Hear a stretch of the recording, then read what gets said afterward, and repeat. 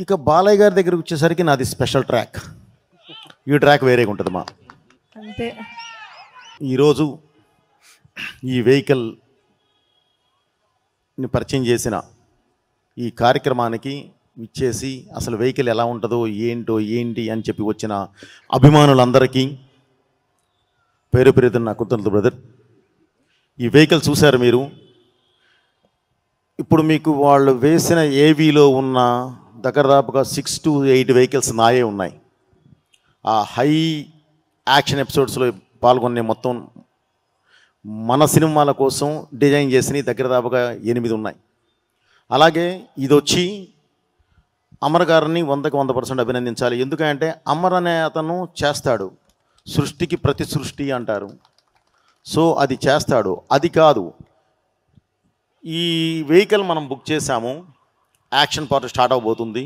Start అవబోయే ముందు మనకు కావాలి. అనుకోకుండా వెహికల్ డెలివరీ లేట్ అయింది. ఓన్లీ 3 to 5 డేస్లో డే అండ్ నైట్ ఇవన్నీ తెప్పించి అప్పటికప్పుడు చేశాడు తను. డే అండ్ నైట్ నిద్ర కూడా పోకుండా. దానికి మాత్రం 100కి 100% అభినందించాల్సిందే. సో మీరు ఆ వెహికల్ చూస్తుంటే చాలా ప్రౌడ్గా ఉంటుంది. రేపు థియేటర్లో కూడా ఎందుకు ఈ వెహికల్ మళ్ళీ ఫ్రెష్ తెప్పించి ఈ యాక్షన్లో దీన్ని అంత ఇదిగా ఎందుకు యూజ్ చేశాము అనేది రేపు మీరు చూసినప్పుడు నిజంగా చాలా ప్రౌడ్గా ఫీల్ అవుతారు. ఒక మంచి ఎపిసోడ్ కోసం, ఒక మంచి క్యారెక్టర్ కోసం ఒక వ్యక్తి దిగి వస్తూ ఉంటే తనకు తగ్గట్టు ఒక ఇది ఉండాలి, ఒక ఆబ్జెక్ట్. ఆ ఆబ్జెక్టే ఈ వెహికల్. తన క్యారెక్టర్ని రిఫ్లెక్ట్ చేసే వెహికల్ ఇది. సో అందుకని చెప్పి ఇది డిజైన్ చేయడం జరిగింది, ఇది అడగడం జరిగింది. దాన్ని చక్కగా అతి తక్కువ రోజుల్లోనే మనసు పెట్టి మైండ్ పెట్టి చేసి ఏం కావాలనుకున్నానో అది తీసుకొచ్చి మన ముందు పెట్టారు.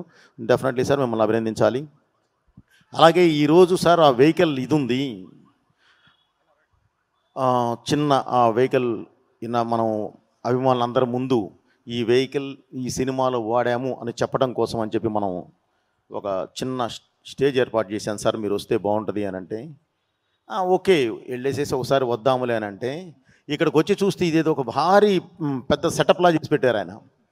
సో ఇదే కాదు, జనక్ సమర్ అనేవాడు ఏది చేసినా బిగ్ సెటప్పే ఉంటుంది. అది వెహికల్ అయినా ఇదిగో ఇలాంటి స్టేజ్ అయినా.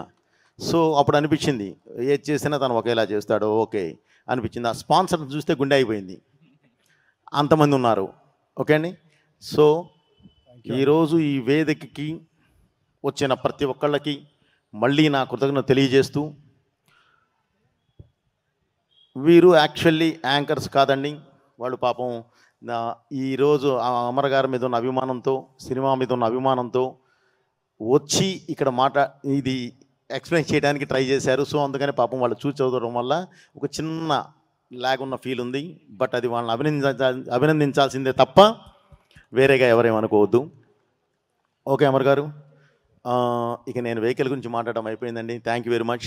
ఈ సినిమా December 5 రిలీజ్ అవుతుందండి. అభిమానులందరికీ మళ్ళీ చెప్తున్నా, ఈ సినిమా December 5 రిలీజ్ అవుతుంది బ్రదర్.